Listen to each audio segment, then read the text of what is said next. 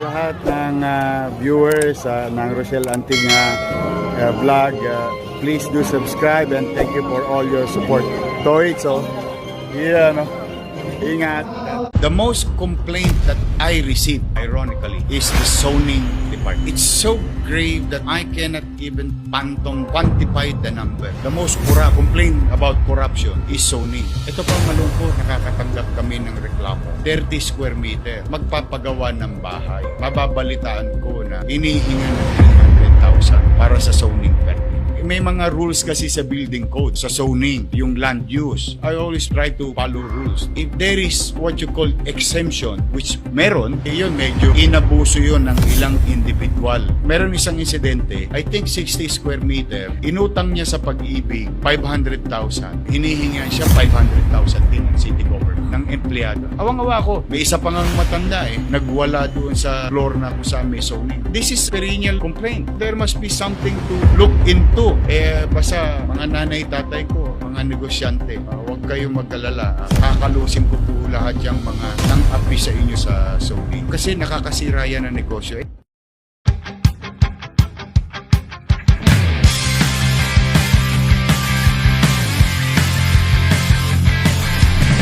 Nakakapagod na ang ating sinapit.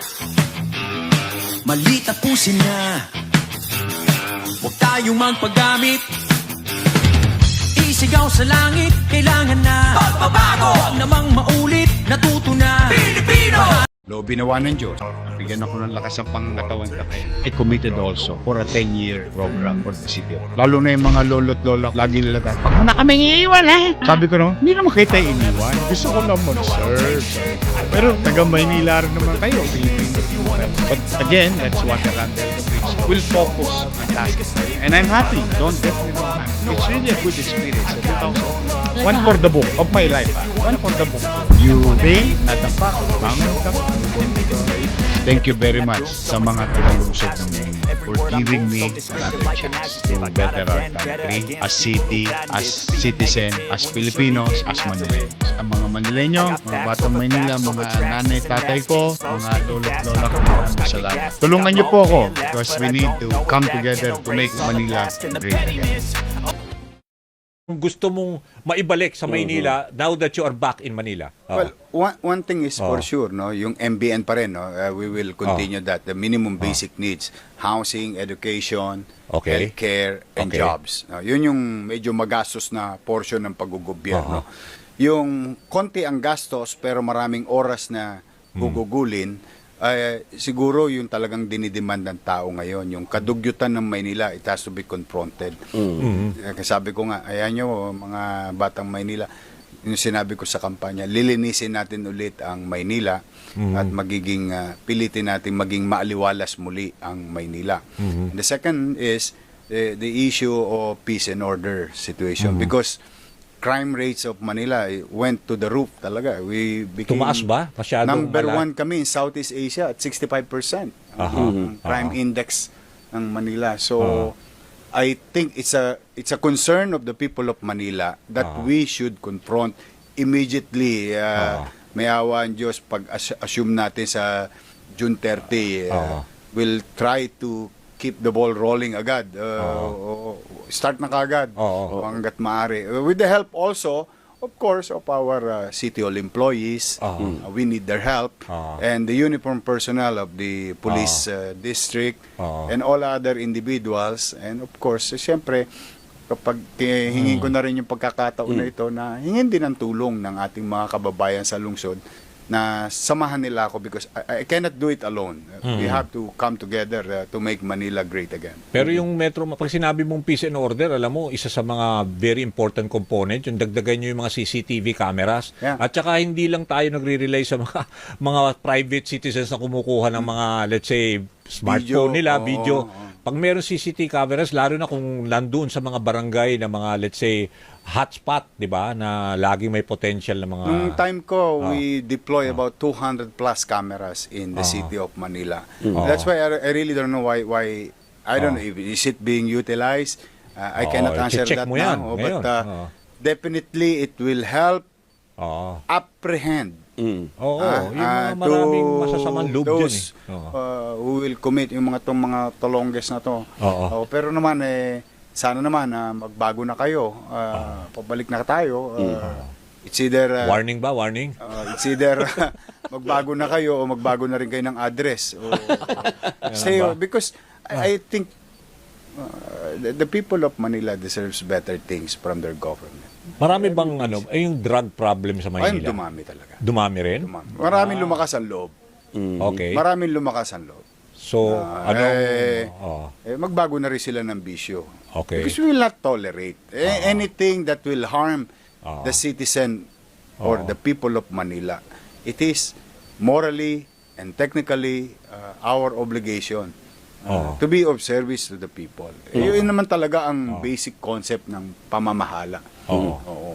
No, wala tayong hindi tayo mangingimi na Yun. ipatupad yung bagay na kailangan ipatupad. Basta yung political paglilinis, pagsasaayos, at kapanatagan ng pamumuhay sa Maynila. Okay. Kasi ang isang challenge pa ng Manila, Ayan. Bert, Manong Dani, Ah. yung dumadako sa Maynila, nangangamba din. Mhm. Dayo? You mean yung mga dayo? Dumadako, in and out of the day. Mm. Work transit. and eskwela. Oo. Kaya yung mga magulang from Metro Manila or other parts of the country is also worried because their sons and daughters or their children goes to school in Manila. Yung mga nagbo-board. Di ba? Yes, Yung gano'n. oo. Siyempre, gusto nila secure. Oo. Kaya ang Maynila is napaka-diverse ng demographics. Kaya very challenging. And if peace and order will not be addressed, lalo Wala na. kaming babagsak. Nandoon Wala yun. nang negosyong papasok sa amin. And we need that for us to provide jobs and opportunity generate jobs for yan. our people. Pero Mayor, pag upo mo ng June 30, ano yung unang order of the day mo? Linisan tayo at saka kalawitan ng Tolonges. Mm. Talagang yung dalawa na yun, yung lilinis saka When peace you and say order. lilinis, ibig sabihin i-streamline mo rin ang kawani ng City Hall. Ibig sabihin may mga babaguhin ka rin. May mga babaguhin tayo, but o papasok ang bagong grupo or what? no, that's a minimal thing that the hindi least mo of sa my concern. problem. My problem is yung actual, the physical environment ng tinitiran ng taong bayan. Tama. Yung kapaligiran ng taong bayan. No. Yung paano magiging maaliwalas at panatag siyang lalabas muli ng alas 12 May ng peace of mind.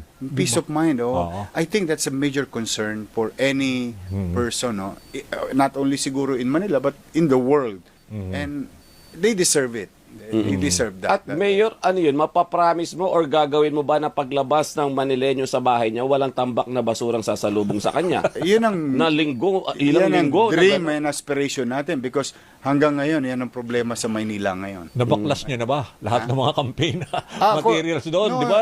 Nung at 13 pa lang tumira na kami. nagbaklas At na sila 13 tumira na kami. Okay.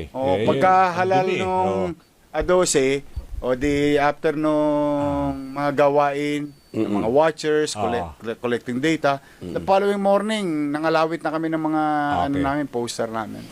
Kahapon ba yun, Mayor, nung nag-take oath ka na sa Supreme Court? Kahapon. Supreme Court? Kay Bakit? Iba? Justice Pero ko. simple. Oo. Napaka-simple. Ayoko na. Totoo yun. Napasi mo pala. Ang galing mo. Ano to, field reporter to namin Talagang na yan, veterano na sa field nga namin yan. Kaya, Alam mo, sa hirap ng sitwasyon ng Maynila, ayaw na natin ng mga magagarbong dahil sabi nga, importante muna yung major concern ng tao. It's always about the people, not about isa pang malaking problema ng Maynila, yung traffic. So, Yes. ayan, isa pa yan, mga, Yes. let's say, tututukan natin. that's kasi, part of the Yung mga peace and enforcer order, na nagtatago. Di ba nung araw, ang dami ko nahuli live. Alam mo ba, Dani, nila-live ko. Nakanyangga ako sa... nagiging traffic enforcer ka minsan di ba? Ay, bigla akong bag, lalabas ako. Gagawin mo uli yan. Kaya Sasakay ka sa mga, let's say, LRT. Para at least makita mo ang kalagayan ng mga mananakay din. Di ba? Basta ang pinangako natin sa taong bayan, sa mga taga Maynila, ibabalik natin yung gobyerno sa umaga, sa tanghali, sa hapon, sa gabi, hanggang madaling araw. Yung maiparamdam mo lang sa kanila na may gobyerno sa Maynila. that I made commitment during the campaign. Mayor, ang Pangulong Bongbong Marcos, ang sinabi niya dahil tapos na ang eleksyon, tigilan na yung pamumulitika, di ba? Magsama-sama para isulong yung mga programa ng pamahalaan. Sa lungsod ng Maynila, anong take nyo sa ganong sinabi ng Pangulo? Tapos, syempre, meron Mag-reach kayong... out ka ba?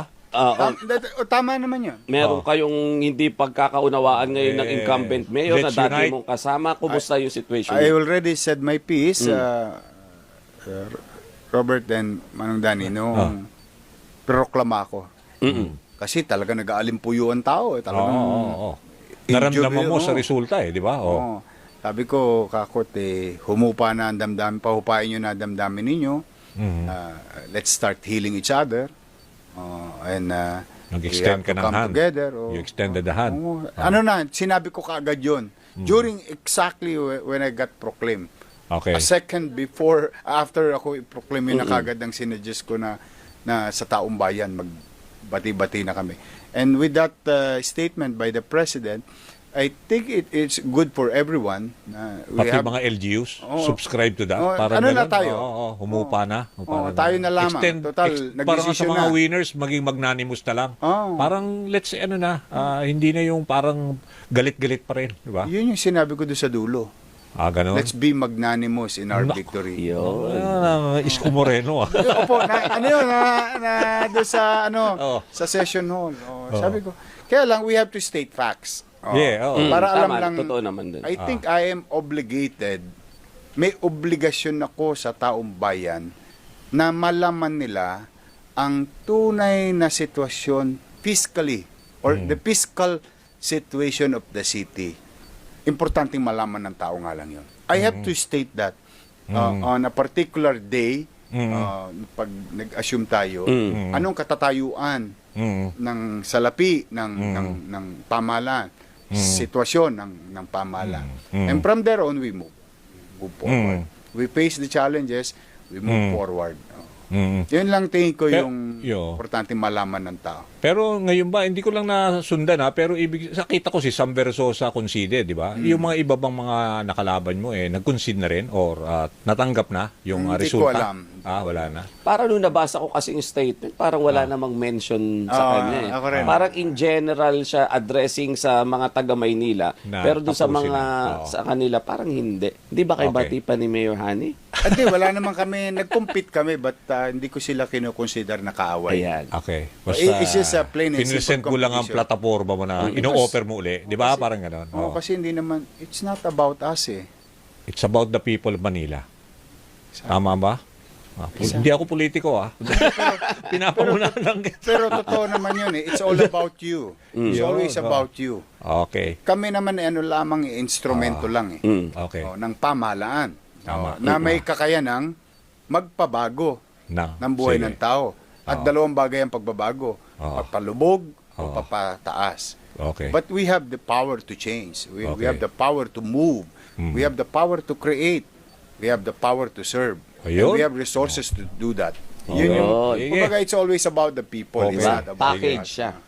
Nagsasenyas na overtime na tayo dahil talaga parang hindi pa tapos ang meeting di avance. Anyway, maraming salamat Mayor for the Ay, time Mayor, and thank sharing. you. In the past, during my time, nakakapasok naman sa City Hall, small businesses, big businesses, ordinaryong tao, nakakausap ako.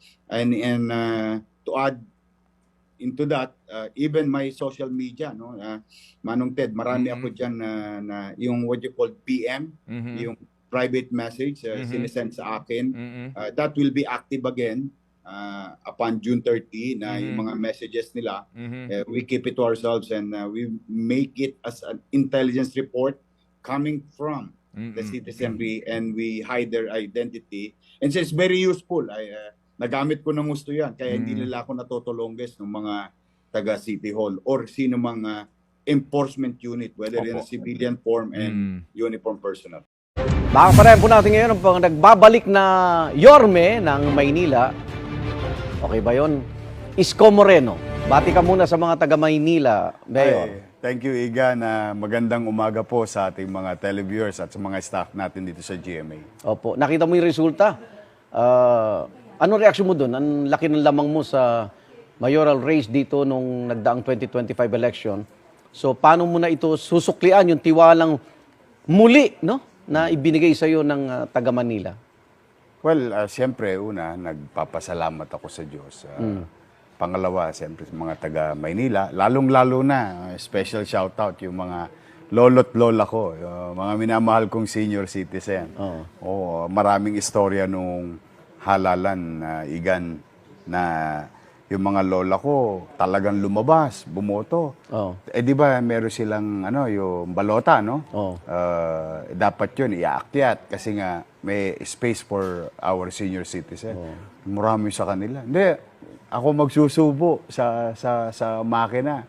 And I'm very grateful. And now, kung paano ko susuklian, siguro maglilingkod tayo ng yung nararapat. Ano bang inasahan ng tao. Anong first order mo? Kasi may nakita akong, hindi ko alam kung luma o bago, Parang umikot ka. At nakita mo yung basura, kaya sabi mo, binaboy nyo ang Maynila. Bago ba yun o dati na? It's been happening. No? Okay. Nangadugyot talaga ang Maynila. We've been hearing a lot of complaints about it.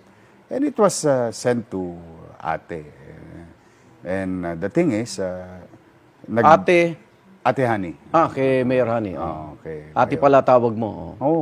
Very close ako sa mga yan. Very close ako. So, una mong order, itong basura. Oh, yes. Yun.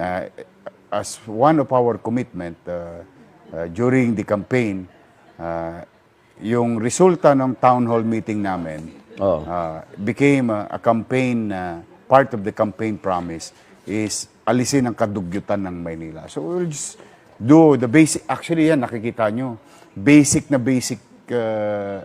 to all local government, no? Yung kalinisan, kaayusan, maaliwalas na paligid. Manila is an old city, no? Kailangan masolusyonan, Mayor, kasi ulan na baha naman ang susunod. Yes. Basura ang nakikita At saka, talaga, ang basura o sanidad, for that matter, is an issue of all. No? Hindi yan issue ng mahirap, hindi yan issue ng middle class, hindi yan issue ng mayaman. Lahat ng tao dahil walang pinipili ang sakit dulot ng tambak ng basura pagdating sa kapakanan ng taong bayan. Yung basura ba naging dahilan para bawiin mo raw yung sinabi mong hindi ka muna tatakbong mayor na at eto, bumalik ka? Yung ba nakita mo? Hindi naman. Hindi lang yon. Maraming bagay na inaano ang tao at that time that they really wanted somebody else. And I was worried. In fact, alam naman nila ate yun. Sinabi ko sa kanila, bakit naghahanap ang tao ng iba kung nagbuti tayo sa trabaho natin? And I tried to talk to her, and which we did. No? And I said, sinabi ko naman sa kanya. Okay. And then, and the rest is history. Okay. May bagong utos si Pangulong Bongbong Marcos, paigtingin daw yung paghabol sa small-time drug pusher. Puro malalaki kasi nahuhuli nila. Nakalimutan na. Sa LGU level, anong plano mo pagdating sa krimen, lalo na sa droga? Ay, nako, basta tayo dyan, zero tolerance. Kaya nga sabi ko, yung second, with regard to basura, that. tas droga. Yung kriminalidad Kriminal. sa Manila. Manila became number 1 in Southeast Asia in crime index. At 65%. Yes. So it's an issue also of the people of Manila na magkaroon sila ng kapanatagan. Ngayon, nag-5 ang holdapan sa amin is snatching, broad daylight, and so on and so forth. And one of the source or reason bakit dumadaming ganyan, kasi maraming gumagamit ngayon. Yung bisyo, kailangan tugunan nila. Kaya sabi ko, mga tolongges, palit na kayo ng address or magbago na kayo. Eto, diretsa usapan. Nag-usap tayo nun Sabi ko, tuloy mo yung termino mo. Tutuloy mo itong 3 termino at sa 28, hindi ka natatakbong Pangulo ulit, susubukan. Yes, I already committed to the people of Manila during the time. Wala nang iwanan. We're gonna create a 10-year plan. Actually, hindi naman masama tumakbo ng presidente. Sa mga manonood ngayon, may mga anak sila. Malamang nangangarap din silang maging presidente at makapaglingkod. It's just that it's destiny. No, the people have chosen already President Bongbong Marcos, and we move on with our lives. Then, yun. I don't think kailangan pang pag-usapan yun. But then again, just to assure you and our viewers, Binitin mo eh. and I made commitment already yun. Good. to the town hall meeting, during the town hall meeting ng tao. Kasi tinatanong yun ng mga Oo nga, matatanda. syempre. Sabi ko, baka iwan mo kami, ganyan-ganyan. Sabi ko, Nay, hindi ko naman kayo iniwan. Hindi na. Dahil kung naging presidente naman ako, paglilingkuran ko pa rin ang Maynila. So, naintindihan naman ng mga matatanda natin. And that stops there. Parang hinto na yun doon. Hindi naging maganda ang kampanya sa Maynila dahil marami tayo narinig na batuhan ng mga akusasyon, masasakit na salita. Kakamustahin ko lang kayo ni ate mo. Kamusta na kayo ni Mayor Hani Lacuna? Oh, okay May samaan naman. ba kayo ng loob? Nag-usap na ba kayo? Modesty aside, Igan, and I think our viewers and the people of Manila will attest to it. Napansin mo, wala akong interview ng kampanya. Kasi, I mean, generally, wala. Wala akong sinagot. Ikot ka lang. Ang sinagot ko, taong bayan. Why? What's there to say? To hurt somebody's feeling? There's no need. It is not about us. It is not about us, candidate. It's about the people. So what we did is managot sa taong bayan. May tanong yung tao, doon ako nagpapaliwanag. Why did I do this? Because this is what we need to do. And I think, Igan, the result of the election speaks for itself. Kasi masasakit. Wala akong sama ng loob. Wala, kahit sinabihan kang boy benta, wala. Wala tayo. Alam mo, every election, Oh. yung recycled Na issue. Recycled. It's always about recycling issue because wala naman silang maiakusa sa akin. Oo. Basta kailangan namin sa Maynila ay nagkakasundo mga nung leader. naproklama ako, I think Maris was there. Nung naproklama ako sa session hall, that's the first message that I said. Kasi nakita ko yung alimpuyo ng tao. Okay. And I said, sabi ko, pahupain nyo na yung damdamin ninyo. Kakot nagdesisyon na ang taong bayan. Let's start healing each other.